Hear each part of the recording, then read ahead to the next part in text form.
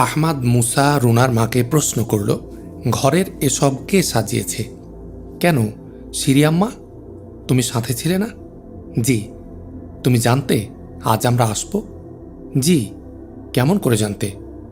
Siri আম্মা বলেছিল। আচ্ছা রুনার মা, আজ আমরা আসব এ কথা তুমি কাউকে বলেছিলে? বলেছিলাম। কাকে? আলী কাউসারকে। আলী কাউসার? কোন আলী কাউসার? আপু পর্বতের সিকিউরিটি প্রধান আলী কাউসার? জি। একটু ভেবে আহমাদ মুসা প্রশ্ন করল, তুমি তাকে এমনিতেই বলেছিলে না তোমাকে সে জিজ্ঞেস করেছিল? সে আমাকে জিজ্ঞাসা করেছিল, সাহেবরা কখন আসবে তুমি আমাকে বলতে পারো রুনার মা? আর কাউকে বলনি? জি না, বলিনি। ভেবে দেখো রুনার মা, গত দুদিনে আলী কাউসার ছাড়া কারো সাথে আমার দেখাই হয়নি। তুমি এখন যেতে পারো। রুনার মা চলে গেল। আহমাদ মুসা মুর হামসারকে জিজ্ঞাসা করল, আলী কাউসারকে তুমি পেয়েছিলে মুর হামসার? পেয়েছিলাম। ঘরে পেয়েছিলে? জি। সে ঘুমিয়েছিল না জেগেছিল? জেগেছিল। তার পরনে ঘুমানোর পোশাক না বাইরের পোশাক ছিল? বাইরের পোশাক। একটু চিন্তা করল, তারপর বলল সে আবার, রাশিয়ানদের পুতুল হিসেবে তাহলে সেই এখানে কাজ করছে মুর হামসার। ওর চিন্তাধারা সম্বন্ধে জানো কিছু তুমি? হো চি মিন, চে গুয়েভারার ভীষণ ভক্ত সে। ওদের অনেক বই আমি তার কাছে দেখেছি। থামল মুর হামসার। আবার সে বলল, কিন্তু এ ষড়যন্ত্র কি চাই? আমার মৃত্যু, সেই সাথে মিন্দানাওয়ের মানুষের ইসলামের চেতনার উৎখাত। বলে আহমাদ মুসা রাশিয়ানদের কাছ থেকে পাওয়া মানিব্যাগ থেকে একটি চিঠি বের করে মুর হামসারের হাতে দিল। ব্যগ্রভাবে চিঠি হাতে নিয়ে চোখের সামনে মেলে ধরল। লেখা ছিল, কমরেড উচিনভ, তোমার পাঠানো রিপোর্ট এখানে উদ্বেগের সৃষ্টি করেছে। ফিলিস্তিনের ওই আপদ কেমন করে মিন্দানাওয়ে গেল আমরা বুঝতে পারছি না। যা হোক, মিন্দানাওয়ে ফিলিস্তিনের পুনরাবৃত্তি রোধ করতে হলে, সেখানে মার্ক্সবাদের সফল প্রতিষ্ঠা করতে চাইলে আহমাদ মুসাকে মিন্দানাওয়ের মাটি থেকে সরাতে হবে। সরাতে হবে চিরদিনের জন্য পৃথিবীর বুক থেকে। তুমি যার সহযোগিতা পেয়েছ তাতে সফলতার আশা আমরা করি। তুমি তাকে বলো, সেই হবে মিন্দানাওয়ের হো চি মিন। শেষ কথা। দক্ষিণ ভিয়েতনাম বিজয়ের প্রধান স্তম্ভ কমরেড জেনারেল সোপিলভকে তোমার সাহায্যে পাঠালাম। তোমার এবং তার এখন একটিই কাজ হবে, আহমাদ মুসাকে হত্যা করা। কাগনোয়ারভিট, chairman, Soviet Far East Intelligence Service, Philippine শাখা। চিঠি পড়ে অনেকক্ষণ মুখ দিয়ে কথা সরল না মুর হামসারের। অনেকক্ষণ পর সে ধীর কণ্ঠে বলল, মিন্দানাওয়ের এ হো চি মিন কে হবে মুসা ভাই? আলী কাউসার। জাতির সাথে এত বড় বিশ্বাসঘাতকতা সে করল? মুর হামসার কিছু বলতে যাচ্ছিল। ঘড়ির দিকে চেয়ে আহমাদ মুসা বলল, আর কোনো কথা নয় মুর হামসার, তৈরি হয়ে নাও এক্ষুনি। কালকের সূর্যোদয়ের পূর্বেই এ বিশ্বাসঘাতকদের উৎখাত করতে হবে মিন্দানাওয়ের মাটি থেকে। মুর হামসার তার কক্ষে চলে গেল। আহমাদ মুসা তাড়াতাড়ি তৈরি হয়ে নিল। পকেটে রিভলভার, কাঁধে ঝুলছে সাবমেশিন গান। এছাড়া একটি গ্যাস রিভলভার রয়েছে তার বাম পকেটে। সজ্জিত হয়ে মুর হামসারের ঘরে ঢুকল আহমাদ মুসা। মুর হামসারের ঘর থেকে সিঁড়ি তার ঘরে যাচ্ছিল। একেবারে আহমাদ মুসার মুখোমুখি পড়ে গেল সে। দৃষ্টি বিনিময় হল দুজনের। সিঁড়ি অশ্রু ধোয়া চোখ। সিঁড়ি চলে গেল তার ঘরে। আহমাদ মুসা মুর হামসারকে জিজ্ঞাসা করল, সিঁড়ির কি হয়েছে মুর হামসার? গম্ভীর কণ্ঠস্বর তার। ওই যে আমাদের আসার খবর সে রুনার মাকে বলেছে। এখন সে মনে করছে এটা করে বিরাট অপরাধ সে করে ফেলেছে। আমি অনেক বুঝিয়েছি, তবু। হো হো করে হেসে উঠল আহমাদ মুসা। বলল, বলো তাকে, এ ধরনের অপরাধ যারা করে তাদের চোখে পানি থাকে না, থাকে প্রতিরোধ কিংবা প্রতিশোধের বন্যী শিখা। আহমাদ মুসার কথা শেষ হতে বাইরের কড়া নড়ে উঠল। পরিচিত সংকেত। মুর হামসার গিয়ে বাইরের গেট খুলে দিল। প্রবেশ করল আপোয়ান উপত্যকার নিরাপত্তা প্রহরী মুখতার। মুখতার আহমাদ মুসার সামনে এসে দাঁড়ালো। হাঁপাচ্ছে সে। বলল, আমাদের আপোয়ান উপত্যকার ওপারে কাঠের ব্রিজ ধ্বংস হয়ে গেছে। তার সঙ্গে গার্ড তাওসেরও মারা গেছে। ধসে পড়েছে? তোমরা কোনো বিস্ফোরণের শব্দ পাওনি? তাওসের ব্রিজের মধ্যখানে পৌঁছার সঙ্গে সঙ্গে প্রচণ্ড এক শব্দে ব্রিজটি ভেঙে পড়েছে। সংবাদটা আলী কাউসারকে দেওনি? তার ঘর বন্ধ, পেলাম না তাকে। তার ঘর বন্ধ? জি। আহমাদ মুসা দ্রুত দৃষ্টি বিনিময় করল মুরহাম স্যারের সাথে। বলল, দেরি করে ফেলেছি আমরা। মুরহাম স্যার, তোমরা এসো, আমি চললাম। কোথায় যাবেন আপনি? আলী কাউসারের খোঁজে। কোথায় পাবেন তাকে? পাহাড়ের সেই গুহায়। দেরি হয়ে গেলে সেখান থেকে সে ভাগবে। আহমাদ মুসা দ্রুত বেরিয়ে গেল ঘর থেকে। তার পিছে পিছে মুরহাম স্যার এবং মুখতারও। আহমাদ মুসা তীরের ফলার মতো নেমে গেল পাহাড় থেকে। তারপর আপন উপত্যকার সমতল ভূমির উপর দিয়ে সে ছুটছে দক্ষিণ দিকে। মুরহাম স্যাররা অনেক পিছনে পড়ে গেছে তার। অন্ধকারে হাতড়িয়ে চলছে আহমাদ মুসা। টর্চ আছে হাতে, কিন্তু জ্বালাবার সুযোগ নেই। আহমাদ মুসার অনুমান সত্য হলে সামনেই তার শত্রু। আলী কাউসার তাদেরকে অক্ষত দেহে ঘাঁটিতে ফিরতে দেখে ষড়যন্ত্র ফাঁস হওয়া সম্পর্কে নিশ্চয় সন্দিহান হয়ে পড়েছে। সুতরাং এই গুহায় তার প্রভুদের কাছে সে ছুটে আসবে, সেটাই স্বাভাবিক। পাহাড়ের সেই গুহাটি এসে পড়েছে, আর মাত্র 50 গজের মতো। আহমাদ মুসা ইনফ্রারেড গগলসটি পরে নিল। হাতে 6 ঘরা বাঘা রিভলভার। শিকারি বিড়ালের মতো হামাগুড়ি দিয়ে এগোতে লাগল সে। হঠাৎ তার মনে হলো সামনের অন্ধকারটি নড়ছে, যেন এগিয়ে আসছে অন্ধকারটি। আহমাদ মুসা থেমে গেল। রুদ্ধ নিঃশ্বাসে অপেক্ষা করতে লাগল সে। একটি পাথরের আড়ালে সে মাথা গুজে হামাগুড়ি দিয়ে বসে রইল। অন্ধকারটি তার সামনে দিয়েই যাচ্ছিল। আলী কাউসারকে সে পরিষ্কার চিনতে পারল। আলী কাউসারের পিছনে আর কাউকে না দেখে ধীরে ধীরে উঠে দাঁড়ালো আহমাদ মুসা। পিছু নিল সে আলী কাউসারের। পিছনে পদশব্দ শুনে আলী কাউসার থমকে দাঁড়িয়েছিল। আহমাদ মুসা গম্ভীর কণ্ঠে বলল, ফিরতে চেষ্টা করো না, যেমন যাচ্ছ তেমনই এগিয়ে যাও। কিন্তু আহমাদ মুসার কথা শেষ হবার আগেই আলী কাউসারের একটি হাত বিদ্যুৎ গতিতে উপরে উঠে এলো। আহমাদ মুসা ট্রিগারে হাত রেখেই কথা বলছিল, সুতরাং আলী কাউসারের তর্জনী তার ট্রিগারে চাপ দেবার আগেই আহমাদ মুসার তর্জনী চাপ দিল তার ট্রিগারে। একটি বুলেট আলী কাউসারের ডান বক্ষ ভেদ করল। আহমাদ মুসা চেয়েছিল তার ডান হাতে গুলি করতে, কিন্তু আলী কাউসারের ডান হাতের বৃদ্ধাঙ্গুলি ছুঁয়ে তা লাগল গিয়ে বুকে। আর্তনাদ করে হুমড়ি খেয়ে পড়ে গেল আলী কাউসারের দেহ। মুরহাম স্যাররা এসে পড়েছে। টর্চের আলো জ্বলে উঠল। রক্তে ভাসছে আলী কাউসারের লাশ। আহমাদ মুসা ধীর কণ্ঠে বলল, চেয়েছিলাম ওকে জীবন্ত ধরতে, কিন্তু পারলাম না। বড্ড বেপরোয়া হয়ে উঠেছিল সে। এ বিশ্বাসঘাতকদের হাত থেকে যত তাড়াতাড়ি অব্যাহতি পাওয়া যায় ততই লাভ, মুরহাম স্যার বলল। কিন্তু আলী কাউসারের মৃত্যুর সাথে সাথে আমরা এই ষড়যন্ত্রের সাথে লিঙ্ক হারিয়ে ফেললাম।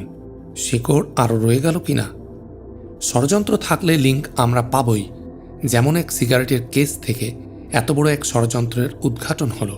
থামল মুরহাম স্যার। বলল সে আবার, আচ্ছা মুসা ভাই, আমি বুঝতে পারছি না, আপনি ব্রিজের উপর দিয়ে না গিয়ে এদিকে এসেছিলেন কেন? রাশিয়ান সিগারেটের প্যাকেট এবং তাতে রুশ ভাষায় হস্তাক্ষর থেকে নিশ্চিত বুঝলাম এখানে এক বা একাধিক রাশিয়ানের আগমন ঘটেছে। তারপর যখন অনুভব করলাম আজ এই সময় আমরা পৌঁছব, এটা এখানে প্রকাশ হয়ে পড়ার সম্ভাবনা রয়েছে, এবং সবশেষে যখন দেখলাম আমরা ব্রিজের গোড়ায় পৌঁছার কিছুক্ষণ আগে পর্যন্ত রাশিয়ানরা এখানে অপেক্ষা করে গেছে, তখন বুঝলাম নিশ্চয় কোনো ফাঁদ পেতে রাখা হয়েছে আমাদের জন্য। ব্রিজটি যতই আমি পর্যবেক্ষণ করেছিলাম সন্দেহের কিছু পাইনি, কিন্তু জানতাম এক ধরনের ম্যাগনেটিক মাইন আবিষ্কৃত হয়েছে, যার চারিদিকে সূক্ষ্মাতিসূক্ষ্ম তার বিছানো থাকে। মানুষের দেহ সে তার স্পর্শ করলে মাইনে বিস্ফোরণ ঘটে। আমার হঠাৎ মনে হয়েছিল ব্রিজের লতাপাতার ক্যামোফ্লেজে সেরকম কোনো তার জড়ানো রয়েছে। থামল আহমাদ মুসা। একটু পরে বলল, আমার সন্দেহ সত্যি পরিণত হয়েছে। তাওসের ম্যাগনেটিক মাইনের তারেই জড়িয়ে পড়েছিল। আপনার দূরদর্শিতা এক বিপর্যয় থেকে আমাদের রক্ষা করল মুসা ভাই। কথাটা বড় ব্যক্তিকেন্দ্রিক হল মুরহাম স্যার। এসব সাফল্যের কৃতিত্ব কোনো ব্যক্তির নয়, সমষ্টির। ব্যক্তির ভূমিকার কি কোনো মূল্য নেই এখানে? আছে, যেমন দেহের একটি অঙ্গের মূল্য। দেহকে বাদ দিয়ে অঙ্গের কোনো পৃথক কৃতিত্ব নেই। সংগঠনও তেমনই দেহের মতো। এখানে যদি ব্যক্তি চেতনা ও ব্যক্তি কৃতিত্বের অহমিকা মাথা তুলে দাঁড়ায়, তাহলে সংগঠনের সীসার প্রাচীরে বনিয়ানুম মারসুসে দেখা দেবে ফাটল। মূর হামসার মুগ্ধ দৃষ্টিতে চেয়েছিল তার প্রিয় নেতার দিকে। নতমুখে দাঁড়ানো মুখতার ও পিসিডার কর্মীদের চোখে ঝরে পড়ছিল অপরিসীম শ্রদ্ধা ও বিস্ময়। পূর্ব আকাশ তখন সফেদ হয়ে উঠেছে, স্নিগ্ধ পরশ বুলিয়ে দিচ্ছে শুভে সাদেকের বাতাস। ক্লু ক্লাক্স ক্লান পাগল হয়ে উঠেছে। জলজন্ত জাহাজটি গেল কোথায়? বানি ও সেলিবিসের মধ্য দিয়ে জাহাজটি যখন মাকাসার প্রণালী পার হচ্ছিল, তখনও জাহাজটি দিভাওয়ের সাথে রেডিও লিঙ্ক বজায় রেখেছে। তারপর সেলিবিস সাগর থেকে জাহাজ যাবে কোথায়? ক্লু ক্লাক্স ক্লান ও ইরোগুন জাই লিওমির যৌথ অনুসন্ধানকারী দল গত 1 মাসে 16 সাগর, সেলিবিস সাগর, মরো উপসাগর ও দিভাও উপসাগর চষে ফেলেছে। ক্লু ক্লাক্স ক্লান আর কিছু নয়, চায় শুধু রেডিয়েশন বম্ব। আবদুল্লাহ হাত্তাকে তো মেরেই ফেলা হয়েছে, সুতরাং জাহাজের 100টি রেডিয়েশন বম্ব ফিরে পেলে জাহাজ শুদ্ধ সব কিছু চুলে যাক, ক্ষতি নেই। আর ইরগুন জাই লিওমি আঙ্গুল কামড়াচ্ছে আহমাদ মুসাকে হাতে পেয়ে হারিয়ে। একবার ওকে হাতের মুঠোয় পেলে ফিলিস্তিনের বিজয় উল্লাসকে তারা থামিয়ে দিতে পারত। সুতরাং তারা হন্য হয়ে খুঁজছে সব জায়গায়, সেলিবিস সাগর থেকে মিন্দানাও পর্যন্ত। কোনো দ্বীপের উপকূল অঞ্চলও তারা বাদ দেয়নি। মিন্দানাও ও সোলো দ্বীপপুঞ্জের সমগ্র উপকূল তারা আতিপাতি করে খুঁজেছে, কিন্তু না পেয়েছে তারা কোনো জাহাজ, না পেয়েছে তারা কোনো সূত্র। পাবে কেমন করে? জাহাজটি আপো পর্বতে পৌঁছার 2 দিন পরেই আহমাদ মুসার নির্দেশে উত্তর মিন্দানাওয়ের দুর্গম ও সংকীর্ণ ফাগান উপসাগরে ওটাকে ডুবিয়ে ফেলা হয়েছে। দীর্ঘ 1 মাস অনুসন্ধানের পর ক্লান্ত শ্রান্ত অনুসন্ধানকারী দল মিন্দানাওয়ে ক্লু ক্লাক্স ক্লানের হেডকোয়ার্টার দিভাওয়ে ফিরে এলো। রিপোর্ট শুনে মিন্দানাওয়ের ক্লু ক্লাক্স ক্লান প্রধান মাইকেল অ্যাঞ্জেলো রাগে দুঃখে চুল ছিঁড়তে লাগল।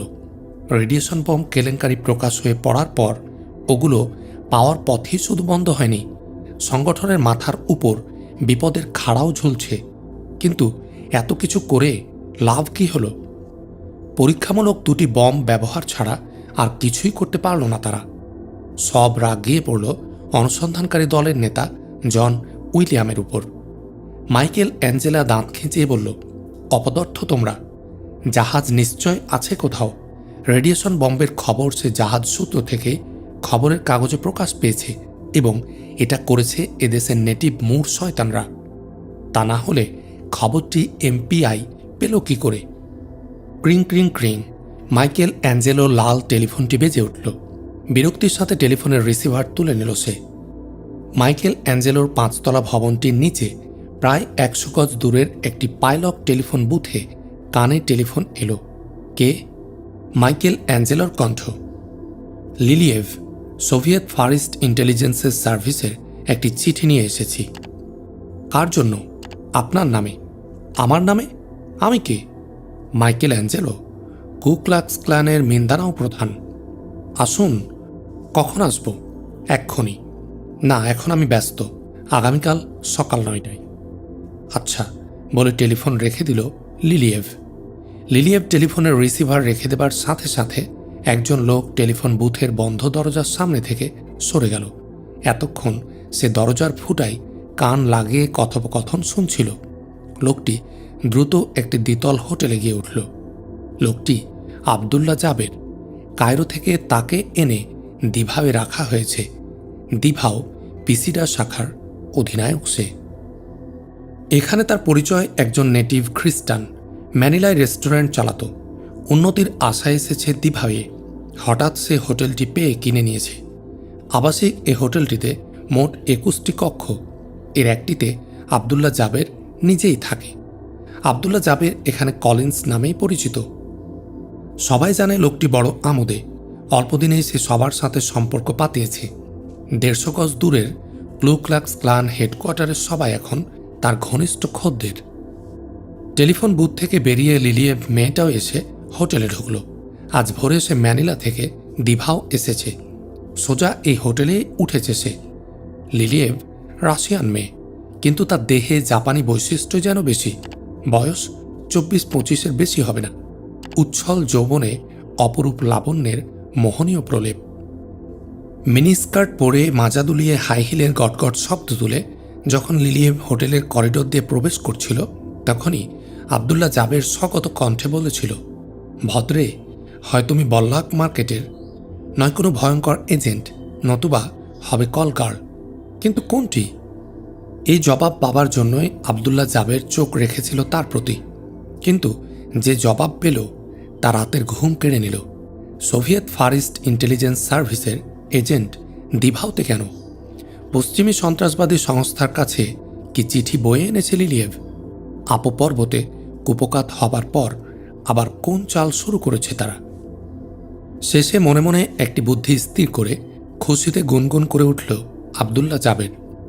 নতুন বর্ডারদের রুমে রুমে শুভেচ্ছা সফর আবদুল্লাহ জাবেরের বিশেষ একটি অভ্যাস। এই শুভেচ্ছা সফরে সেদিন রাত 9:30টায় গিয়ে নক করল লিলিয়েভের রুমে। কয়েক মুহূর্ত কেটে গেল।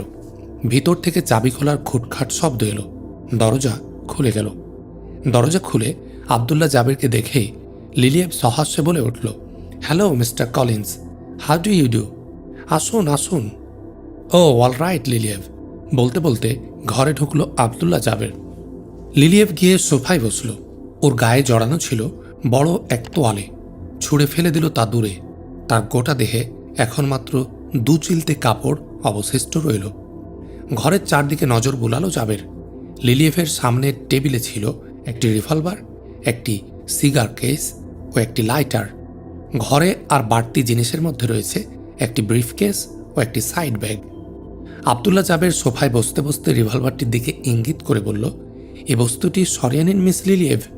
আপনার মতো মনোরমার সাথে কোনো ঝগড়াঝাটি আমার নেই। খিলখিল করে হেসে উঠল লিলিয়েভ। বলল, you are interesting mister Collins, বলে সে রিভলভার ছুড়ে দিল বিছানার উপর। অ্যান্ড নাও মিস লিলিয়েভ, কিছু একটা গায়ে জড়িয়ে নিলেই ভালো হয়। কেন? শান্ত মনে দুটো কথা বলতে পারি।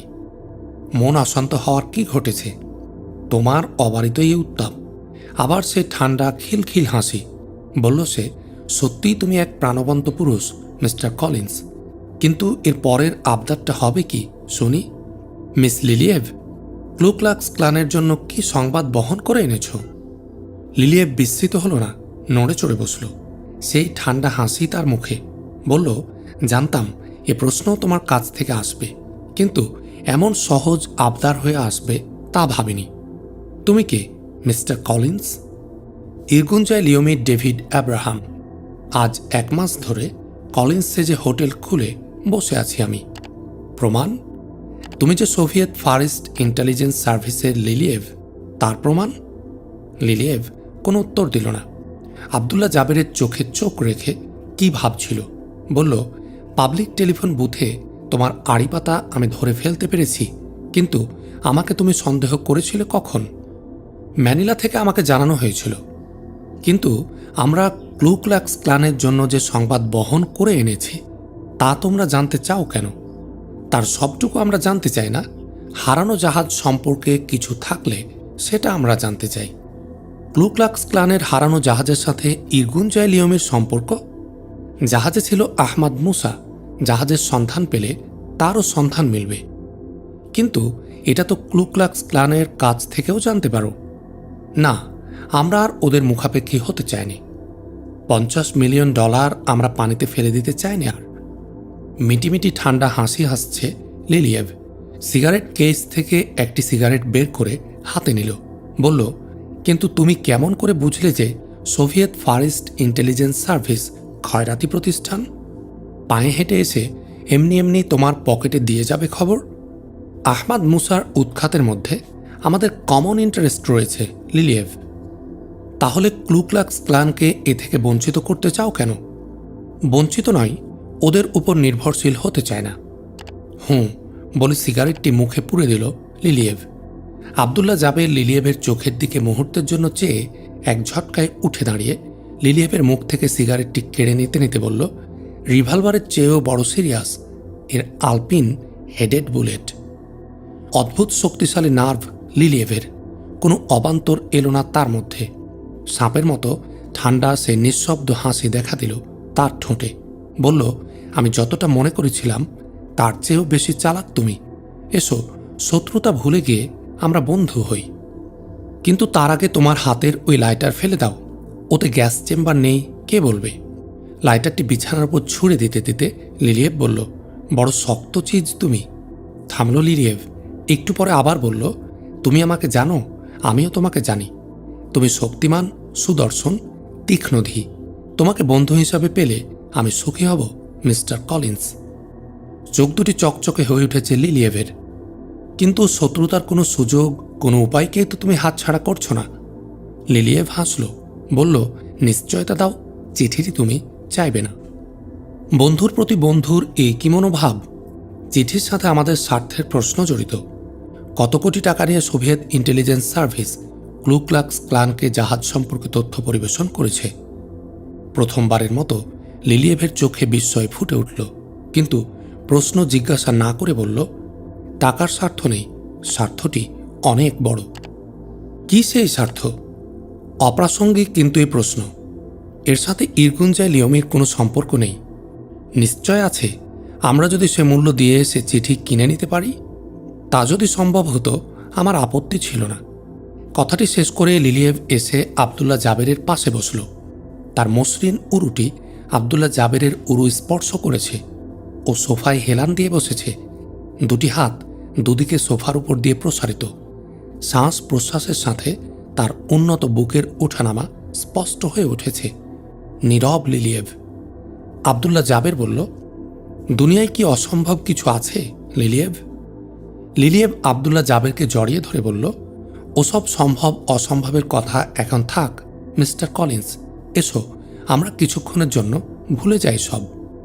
আবদুল্লাহ জাবেরের ঠোঁটে খেলে গেল এক টুকরো হাসি। বলল সে, এটাই তোমার শেষ অস্ত্র লিলিয়েভ। লিলিয়েভের হাতের বাঁধন দৃঢ়তর হল। বলল সে, আবার সেই কথা। এসো না, আমরা কিছুক্ষণের জন্য চাকরির জগৎ থেকে দূরে সরে যাই। আবদুল্লাহ জাবেরের বাম কাঁধে লিলিয়েভের মাথা ও নরম ওষ্ঠাধরের উৎসব স্পর্শ সে অনুভব করছে। তার গলায় এক নির্মল সুরসুরি ছড়িয়ে পড়ছে গোটা দেহে। লিলিয়েভের ডান হাত জড়িয়ে রয়েছে তার গলা, আর তার বাম হাত আবদুল্লাহ জাবেরের জানুর উপর ছড়িয়ে রাখা ডান বাহুর উপর ন্যস্ত।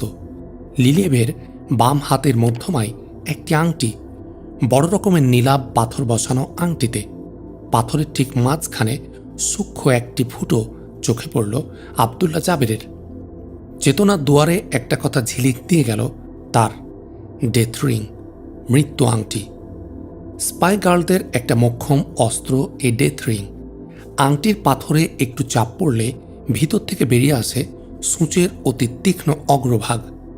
ভয়ঙ্কর পটাশিয়াম সায়ানাইড মাখানো থাকে তার মাথায়। শেষ অস্ত্র এটা স্পাই গার্লদের। কামনার জালে বেঁধে প্রতিদ্বন্দ্বীকে সে তুলে নেয় বুকে। তারপর নায়ক যখন উন্মুক্ত কামনার অথৈ স্রোতে ভুলে যায় নিজেকে, ভুলে যায় সব কিছু, তখন আস্তে করে সে ডেথ রিং চেপে ধরে তার দেহে। কয়েক সেকেন্ডের মধ্যে খেলা সাঙ্গ হয়। প্রতিদ্বন্দ্বী ঢলে পড়ে নীল মৃত্যুর কোলে। আবদুল্লাহ জাবের লিলিয়েভের বাম হাতটি তুলে নিল হাতে। মুখ নিচু করে ফিসফিস কণ্ঠে ডাকল, লিলিয়েভ। লিলিয়েভ কোনো কথা বলল না। মুখ উঁচু করে ওষ্ঠাধার মেলে ধরল। ধীরে ধীরে তা এগিয়ে এলো আবদুল্লাহ জাবেরের ঠোঁট লক্ষ্যে। আবদুল্লাহ জাবের মুখ ঈষৎ উঁচু করে বলল, কত লোককে এই ডেথ রিং দিয়ে হত্যা করেছ লিলিয়েভ? এক ঝটকায় উঠে দাঁড়ালো লিলিয়েভ। এক লাফে গিয়ে রিভলভার তুলে নিল সে।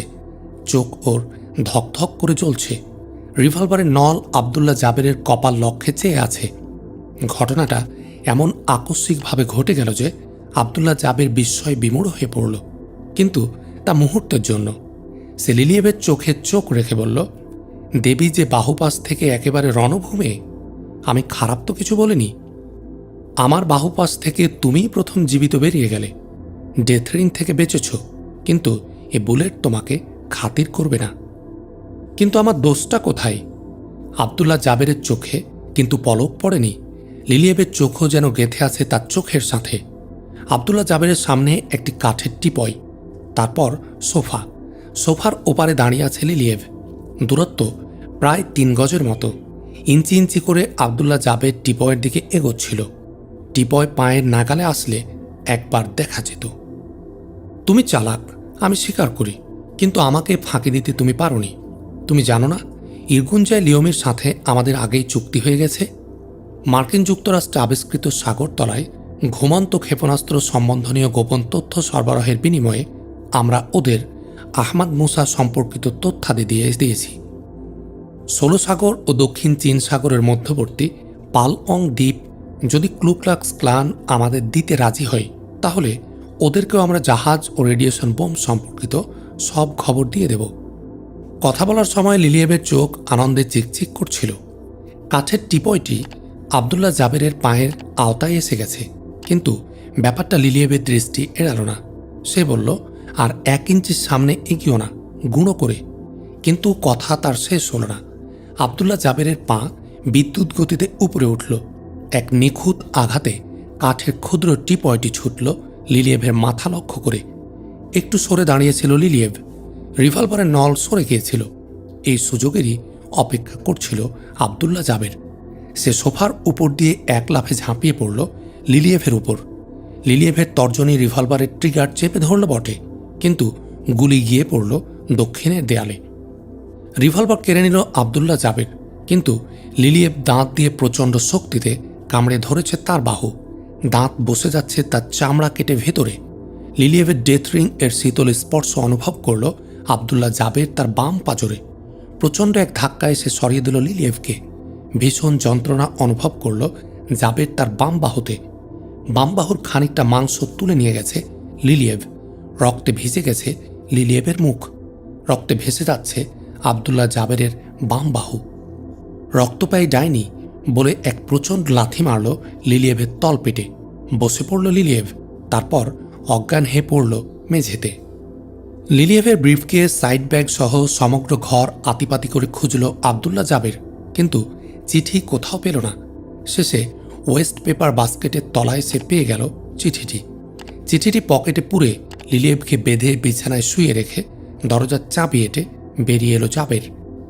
আবদুল্লাহ জাবেরের কক্ষে উৎকণ্ঠিতভাবে বসেছিল হোরাইরা। আবদুল্লাহ জাবেরের রক্তাক্ত হাত, তার বিরাট ক্ষত দেখে চমকে উঠল সে প্রশ্নবোধক দৃষ্টি মেলে ধরল আবদুল্লাহ জাবেরের দিকে। হোরাইরা দিভাও থেকে 50 মাইল দূরের ছানাবাও অঞ্চলের সালেমি গোত্রের সর্দার জাফর আলীর ছেলে। 10 বছর আগে মিশনারি ও নেটিভ খ্রিস্টানদের সাথে সংঘটিত এক সংঘর্ষে জাফর আলী নিহত হয়। 25 বছরের যুবক হোরাইরা এখন পিসিডার একজন নিষ্ঠাবান কর্মী। দিভাও এসে আবদুল্লাহ জাবেরের সহকারী হিসাবে কাজ করছে। আবদুল্লাহ জাবের হোরাইরাকে লিলিয়েভের ঘরের চাবি দিয়ে বলল, রাত 12টার দিকে লিলিয়েভকে সরিয়ে ফেলতে হবে এখান থেকে। আপাতত ওকে রাখতে হবে শহরের বাইরে আমাদের নুরানাও ঘাঁটিতে। তারপর মুসা ভাইয়ের নির্দেশ মোতাবেক যা হয় করা যাবে। আর সবাইকে বলে দেবে এবং থানাতেও জানিয়ে রাখবে আমাদের 11 নম্বর বর্ডার রাত্রিতে বাইরে গিয়ে আর ফিরে আসেনি। আচ্ছা জনাব, বলে উঠে দাঁড়ালো হোরাইরা। আবদুল্লাহ জাবের আলমারি খুলে ফার্স্ট এইডের বাক্সটি নিয়ে বাথরুমে প্রবেশ করল। দরজা টেনে বন্ধ করে বেরিয়ে গেল হোরাইরা। আপো পর্বতে পিসিডার হেডকোয়ার্টার, আহমাদ মুসার কক্ষ। একটি সেক্রেটারিয়েট টেবিলের পাশে রিভলভিং চেয়ারে বসে আছেন আহমাদ মুসা। তার ডান পাশে এক বৃদ্ধ, মাথায় শ্বেত শুভ্র বাবরি, মেহেদি রঞ্জিত দাড়ি, সফেদ পোশাক পরিধানে। তার মুখমণ্ডল থেকে পবিত্র এক জ্যোতি যেন ঠিকরে পড়ছে। ইনি আবু আল মাহতুম, সোলো ও মিন্দানাও দ্বীপপুঞ্জে সবচেয়ে প্রাচীন পবিত্র কুঞ্জবন মসজিদের ইমাম।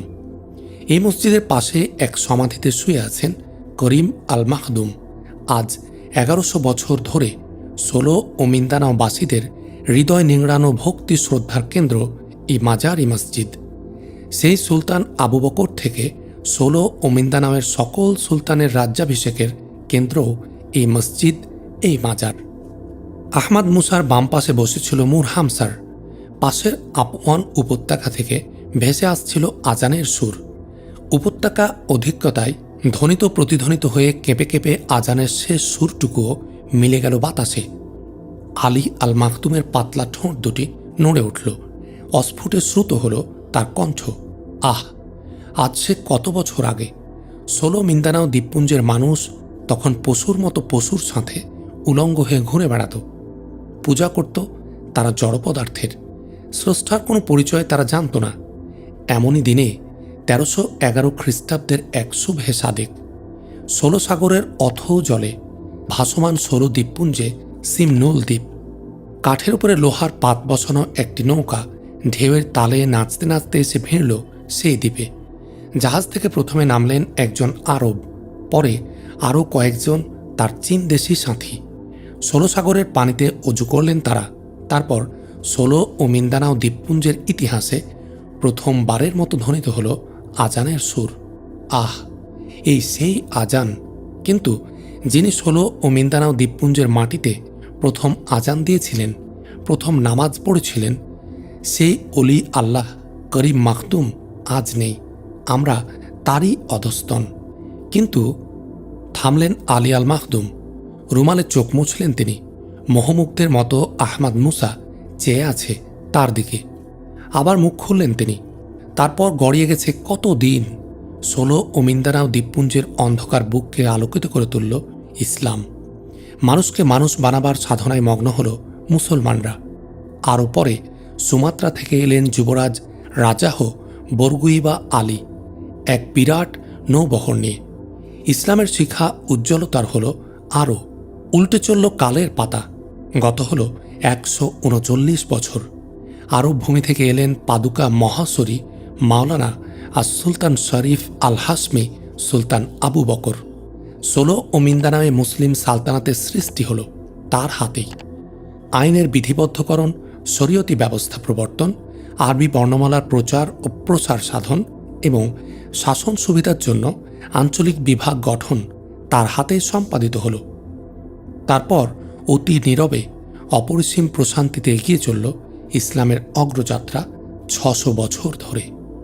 থামলেন আলী আল মাখদুম। ভাবনার কোনো অতল রাজ্যে তিনি হারিয়ে গেছেন। আহমাদ মুসা বললেন, তারপর জনাব? তারপর শান্তির রাজ্যে ঘটে গেল বিপর্যয়। গলায় ক্রুশ ঝুলিয়ে আর হাতে বন্দুক নিয়ে এলো খ্রিস্টান, পর্তুগিজ ও স্পেনীয়রা।